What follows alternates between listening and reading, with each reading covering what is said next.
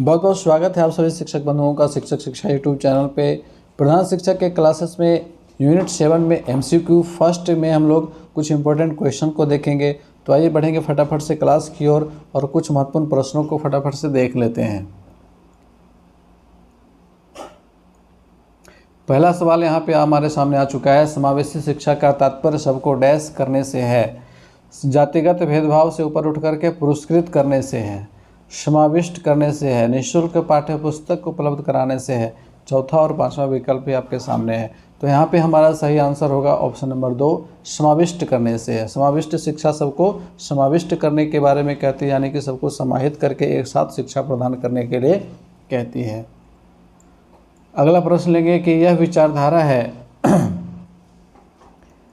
कि सभी बच्चों को एक नियमित विद्यालय व्यवस्था में समान शिक्षा प्राप्त करने का अधिकार हो। तो समावेशी शिक्षा वह विचारधारा है। नेक्स्ट है सहयोगात्मक अधिगम एवं हमउम्र साथियों के द्वारा शिक्षण का एक समावेशी कक्षा में किस प्रकार से उपयोग करना चाहिए। सक्रिय रूप से आगे बढ़ाना चाहिए, बिल्कुल सही है। सक्रिय रूप से हतोत्साहित तो नहीं करना है, कभी कभी प्रयोग नहीं करना है, बराबर प्रयोग करना है। पहला ऑप्शन हमारा यहाँ पे सही है। विद्यालयों में समावेशन मुख्यतः केंद्रित होता है विशिष्ट श्रेणी वाले बच्चों के लिए सूक्ष्म अति सूक्ष्म प्रावधानों के निर्माण पर, केवल निर्योग्य छात्रों की आवश्यकताओं को पूर्ण करने पर। नहीं, केवल निर्योग नहीं, इसमें सारे बच्चे शामिल हैं, चाहे वो समान हो असमान हो। संपूर्ण कक्षा की कीमत पर निर्योग्य बच्चों की आवश्यकताओं को नहीं, ये भी तो गलत है। ये पहला ऑप्शन सही है, विशिष्ट श्रेणी वाले बच्चों के लिए सूक्ष्म अति सूक्ष्म प्रावधानों के निर्माण पर।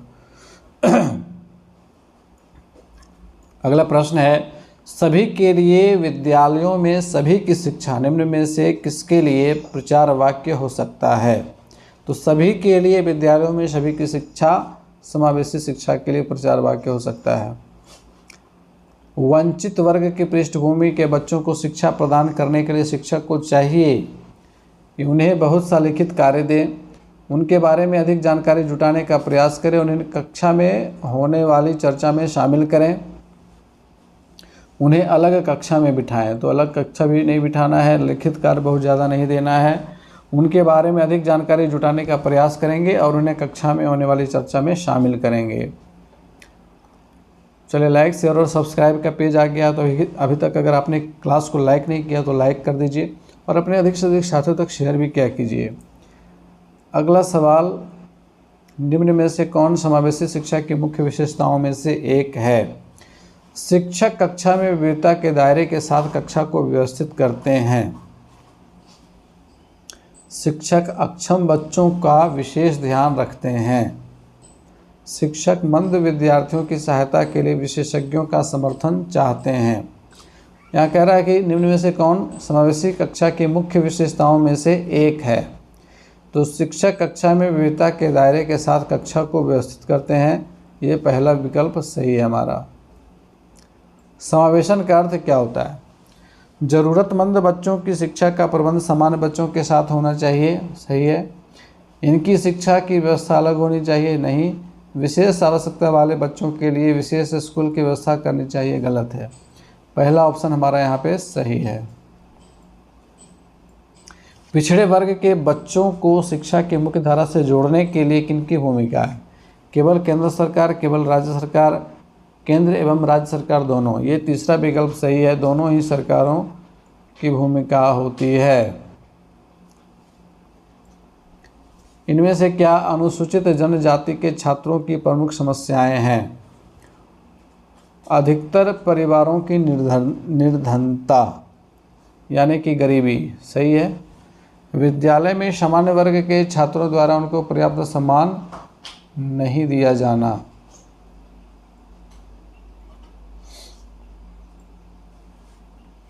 इनके समाज में शिक्षा के पर्याप्त प्रचार प्रसार का अभाव, ये भी है। विद्यालयों की अनुपलब्धता, अब देखिए विद्यालय की उपलब्धता तो हो गई है, तो ये गलत होगा। ए बी सी ये तीन विकल्प सही हैं। अधिकतर परिवारों की निर्धनता, विद्यालय में समान वर्ग के छात्रों द्वारा उनको पर्याप्त सम्मान नहीं दिया जाना, यह भी समस्या है। और तीसरा है इनके समाज में शिक्षा के पर्याप्त प्रचार प्रसार का अभाव, ये भी एक बड़ी समस्या है।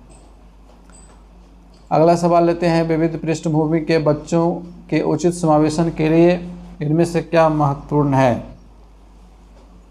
संस्थागत सुधार, विद्यालय आधारित पाठ्यचर्या में सुधार, भाषाई सुधार, एक से अधिक, या फिर उपरोक्त में से कोई नहीं। तो देखिए, विविध पृष्ठभूमि के बच्चों के लिए उचित समावेशन के लिए हम संस्थागत सुधार करेंगे, पाठ्यचर्या में भी सुधार करने की ज़रूरत है और भाषाई सुधार करने की भी आवश्यकता है।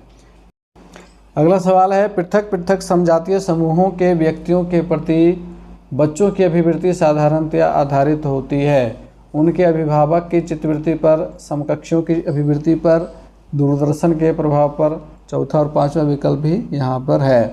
तो देखिए, पृथक पृथक समजातीय समूहों के व्यक्तियों के प्रति बच्चों की अभिवृत्ति जो है ना, उनके अभिभावक की चित्तवृत्ति पर आधारित होती है।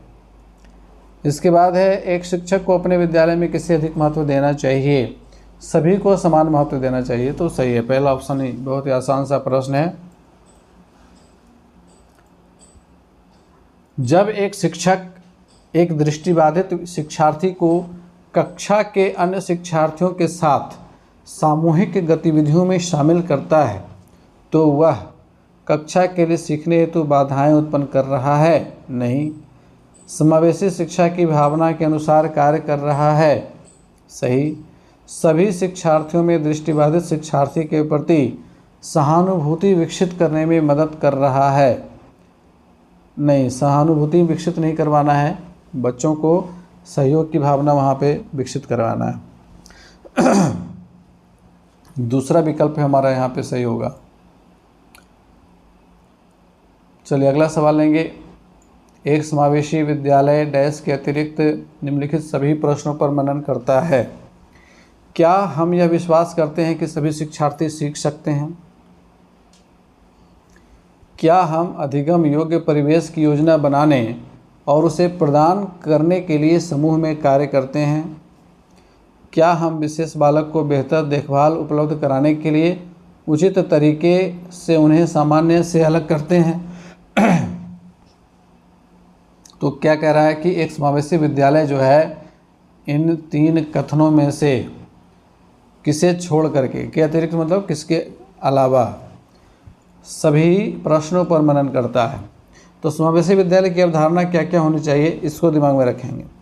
तो हम यह विश्वास करते हैं कि सभी शिक्षार्थी सीख सकते हैं, ये समावेशी विद्यालय की अवधारणा है।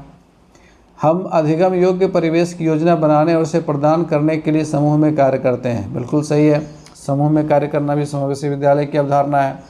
हम विशेष बालक को बेहतर देखभाल उपलब्ध कराने के लिए उचित तरीके से उन्हें सामान्य से अलग करते हैं। तो सामान्य बच्चों से अलग करेंगे तो फिर समावेशी विद्यालय की अवधारणा नहीं होगी। तो यही हमारा आंसर हो जाएगा, ऑप्शन नंबर 3। अगले सवाल की ओर बढ़ते हैं। वंचित शिक्षार्थियों के साथ व्यवहार करने के संदर्भ में अध्यापक या अध्यापिका को निम्न मूल्यों में से किसमें विश्वास व्यक्त करना चाहिए? यानी कि कौन से मूल्य पे आप विश्वास करेंगे वंचित शिक्षार्थियों को ध्यान में रख करके, जो वंचित वर्ग से आए हैं। विद्यार्थियों से किसी प्रकार की मांग का ना होना, किसी प्रकार की मांग ना होना, ये तो गड़बड़ है। हम बच्चों से मांग कर सकते हैं कि तुम भाई प्रतिदिन पढ़ने के लिए आओ, ये सबसे बड़ा उनका कमिटमेंट होगा। दूसरा, विद्यार्थियों द्वारा स्वीकृति हेतु आघात्मकता व क्रोध का उपयोग करना, नहीं नहीं नहीं, मारने पीटने से तो जो आ रहे हैं वो भाग ही जाएंगे। छात्रों की सफलता है तो व्यक्तिगत उत्तरदायित्व, ये सही है, छात्रों की सफलता है तो व्यक्तिगत उत्तरदायित्व लेना होगा, तभी ऐसे वर्ग के बच्चों को आप सिखा पाएंगे।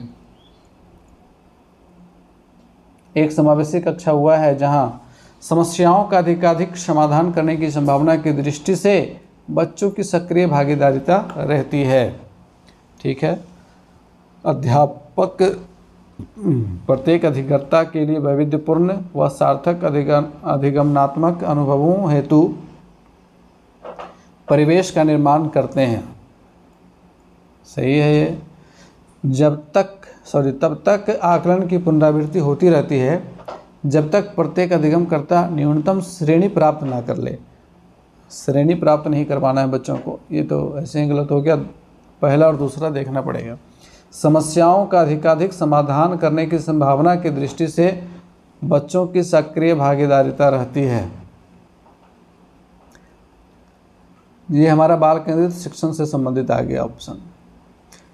दूसरा, अध्यापक प्रत्येक अधिकर्ता के लिए वैविध्यपूर्ण व सार्थक अधिगमनात्मक अनुभवों हेतु परिवेश का निर्माण करते हैं। ये बिल्कुल सही है, दूसरा ऑप्शन आंख बंद करके मारिए, सही है। अनुसंधान से पता चला है कि विद्यालयों में अनेक स्तरों पर विभेदीकरण पाया जाता है। उच्च प्राथमिक स्तर पर इनमें से कौन सा विभेदीकरण का एक उदाहरण नहीं है? बहुत से अध्यापक पढ़ाने के लिए केवल व्याख्यान विधि का प्रयोग करते हैं। दूसरा है, अध्यापकों की निम्न सामाजिक आर्थिक परिवेश से आए बच्चों से बहुत कम अपेक्षाएं होती हैं। ये दो उदाहरण है, दोनों उदाहरण है। मध्याह्न भोजन के दौरान दलित बच्चों को अलग बैठाया जाता है, ये विभेदीकरण का उदाहरण है। ये देखिए, पहला ऑप्शन कह रहा है कि बहुत से अध्यापक पढ़ाने के लिए केवल व्याख्यान विधि का प्रयोग करते हैं। तो अगर व्याख्यान विधि का प्रयोग कर रहे हैं तो इसमें विभेदीकरण तो नहीं हो रहा है। और दूसरा विकल्प कहता है कि अध्यापकों की निम्न सामाजिक आर्थिक परिवेश से आए बच्चों से बहुत कम अपेक्षाएं होती हैं। तो अगर आपके मन में पूर्वाग्रह है तो पूर्वाग्रह जैसे ही होगा तो वहाँ पे विभेदीकरण हो जाएगा, तो ये गलत होगा। और अलग बैठाया जाता है बच्चों को, तो वो तो विभेदीकरण हो गया। पहला विकल्प हमारा सही है, अगर हम व्याख्यान विधि से पढ़ा रहे हैं तो इसमें विभेदीकरण की भावना नहीं होगी। अगला सवाल लेंगे। एक अध्यापिका समाज के वंचित वर्गों से आए बच्चों की आवश्यकताओं के प्रति प्रभावशाली तरीके से प्रतिक्रिया निम्नलिखित द्वारा कर सकती है। पहला, अन्य बच्चों को वंचित वर्गों से आए बच्चों के साथ सहयोग करने के लिए कहना तथा विद्यालय के तरीकों को सीखने में उनकी सहायता करने के लिए कहना। तो अगर हम ऐसा करेंगे तो क्या होगा कि बच्चों के बीच आपस में तनाव बढ़ जाएगा। वहाँ पे बच्चों के बीच जो है वो ये जो वंचित वर्ग से आए बच्चे होंगे उनमें हीन भावना घर कर जाएगी, तो ये तरीका गलत होगा। वंचित वर्ग से आए बच्चों को विद्यालय के नियमों अपेक्षाओं के प्रति संवेदनशील बनाना ताकि वे उनका अनुपालन कर सकें। हम बच्चों को नियमों को बहुत ज़्यादा फॉलो करने के लिए कहेंगे तो फिर उनमें वही होगा कि वो विद्यालय से भागने का प्रयास करेंगे विद्यालय में रहने के बजाय। तीसरा है, विद्यालय व्यवस्था तथा स्वयं के उन तौर तरीकों के बारे में विचार करना जिनसे पक्षपात एवं रूढ़िबद्धताएं झलकती हैं। यानी कि हमारी जो व्यवस्था है, हमारे जो अपने विचार हैं, अगर उनमें कोई पक्षपात है, उनमें कोई पूर्वाग्रह है, कोई रूढ़िबद्धता है, तो उस पर विचार करके उसको ठीक करना, ताकि ऐसे बच्चे अपने आप को सहज वातावरण में पाएँ और वहाँ देखें कि सभी शिक्षक जो हैं हमसे अच्छे से व्यवहार करते हैं, इनके मन में हमारे प्रति पूर्वाग्रह की भावना नहीं है। तो ये सबसे अच्छा विकल्प है, तीसरा ऑप्शन हमारा यहाँ पे सही है। एक बहुसांस्कृतिक कक्षा कक्ष में एक अध्यापिका सुनिश्चित करेगी कि आकलन में निम्न में से सम्मिलित हो। अपने आकलन उपकरण की विश्वसनीयता तथा वैधता, अपने विद्यार्थियों की सामाजिक सांस्कृतिक पृष्ठभूमि, ये सबसे इम्पोर्टेंट है, क्योंकि बहुसांस्कृतिक कक्षा कक्ष की जब हम लोग बात करते हैं तो बच्चों के सामाजिक सांस्कृतिक पृष्ठभूमि का ध्यान रखना बेहद ज़रूरी है। और तीसरा विकल्प क्या कह रहा है कि अधिगम के न्यूनतम स्तरों के लिए अनुपालन करते हुए विद्यालय प्रशासन की अपेक्षाओं को पूरा करना। हमें विद्यालय प्रशासन की अपेक्षाओं पर ध्यान यहाँ पे नहीं देना है, चूँकि समावेशी शिक्षा की हम लोग जब बात करते हैं तो विद्यार्थियों के सामाजिक सांस्कृतिक पृष्ठभूमि को ध्यान में रखते हुए आकलन करेंगे। अगला प्रश्न है, समान आयु के बच्चों में भी आकृति, योग्यता, स्वभाव, रुचि, प्रवृत्ति और अन्य बातों में बहुत अंतर होता है। बिल्कुल सही है। इस संदर्भ में विद्यालय की क्या भूमिका है? बच्चों के आकलन के लिए नियामक मानक स्थापित करना। नियामक मानक हम स्थापित नहीं करेंगे, ऐसा करेंगे तो फिर गड़बड़ होगी। दो विधियां हम लोगों ने देखी थी, एक मानकीकृत प्रविधियां और दूसरा अमानकीकृत प्रविधियां।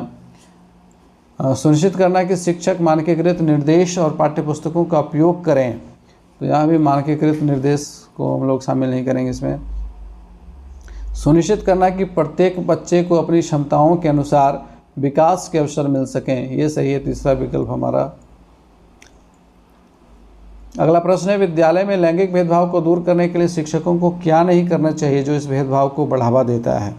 क्या नहीं करना चाहिए, इस पर जोर देना है। शिक्षकों को लैंगिक भेदभाव दूर करने के लिए पूर्वाग्रह एवं रूढ़िबद्ध धारणाओं से दूर रहना चाहिए। ये तो करना चाहिए, ऐसा करना है, लेकिन हमें ढूंढना है कि क्या नहीं करना चाहिए। कक्षा में लड़के एवं लड़कियों के साथ समान व्यवहार करना चाहिए, ये भी सही कथन है। लड़कियों को खेल एवं गणित विषयों के प्रति प्रोत्साहित नहीं करना, यही तो नहीं करना है। तो तीसरा विकल्प हमारा यहाँ पे हो जाएगा सही। पुरुष स्त्रियों की अपेक्षा ज़्यादा बुद्धिमान होते हैं, यह कथन सही हो सकता है। लैंगिक पूर्वाग्रह को दर्शाता है, प्रगतिशील चिंतन को दर्शाता है। चौथा और पांचवा विकल्प भी है। तो देखिए, पुरुष और स्त्रियों के बीच जब हम तुलना करना शुरू कर देते हैं जेंडर के आधार पर, तो वो क्या होता है, लैंगिक पूर्वाग्रह को दर्शाता है। दूसरा विकल्प हमारा हो जाएगा सही। अगला सवाल लेंगे कि छात्राओं से लैंगिक भेदभाव का प्रतिकूल प्रभाव निम्न में से किस पर पड़ता है। उनके सामाजिक उत्थान पर, उनके सामाजिक दृष्टिकोण पर, उनके शैक्षिक विकास पर। देखिए, इन तीनों ही क्षेत्र में अगर हम छात्राओं से लैंगिक भेदभाव करते हैं तो इन तीनों ही क्षेत्र में उनके ऊपर प्रतिकूल प्रभाव पड़ता है। तो ये सभी चौथा विकल्प हो जाएगा यहाँ पे सही। आप एक शिक्षक होने के नाते अपनी कक्षा की छात्राओं का शिक्षण कैसे करेंगे। कक्षा के छात्रों से अलग करके उन्हें घर के काम धंधों की जानकारी देने, बाप रे भाई, तो बहुत गड़बड़ है। छात्राओं को सिलाई बुनाई के कामों में अधिक रुचि लेने की सलाह देना, ये तो पूरा गड़बड़ है। सभी छात्र व छात्राओं की समान रूप से शिक्षण व्यवस्था करना, ये सही है। समान रूप से शिक्षण व्यवस्था करेंगे, समान अवसर प्रदान करेंगे, तभी कह सकते हैं कि लैंगिक रूढ़िवादिता मुक्त शिक्षण हम लोग वहाँ प्रदान कर सकेंगे। चलिए इस सवाल में देख लेते हैं। भारत की 2011 की जनगणना में लिंग अनुपात 2001 की तुलना में 927 से घटकर के 914 हो गया। इसका सर्वाधिक प्रमुख कारण निम्न में से क्या हो सकता है। लैंगिक भेदभाव, स्त्री शिक्षा को बढ़ावा देना, स्त्री शिक्षा में कमी, एक से अधिक, या फिर उपरोक्त में से कोई नहीं। तो इसका सर्वाधिक प्रमुख कारण पूछ रहा है ना, तो सर्वाधिक प्रमुख कारण हो जाएगा लैंगिक भेदभाव। लैंगिक भेदभाव के कारण ये निरंतर जो है ना लिंगानुपात में अंतर दिखाई पड़ रहा है। तो पहला विकल्प होगा यहाँ पे हमारा सही। तो आज का क्लास हम यहाँ पे करेंगे एंड, और नेक्स्ट क्लास में कुछ और इम्पोर्टेंट MCQ क्वेश्चंस को हम लोग डिस्कस करेंगे। तो नेक्स्ट क्लास के लिए बने रहेंगे हमारे साथ। मिलेंगे फिर से नेक्स्ट क्लास में, तब तक के लिए गुड बाय, टेक केयर।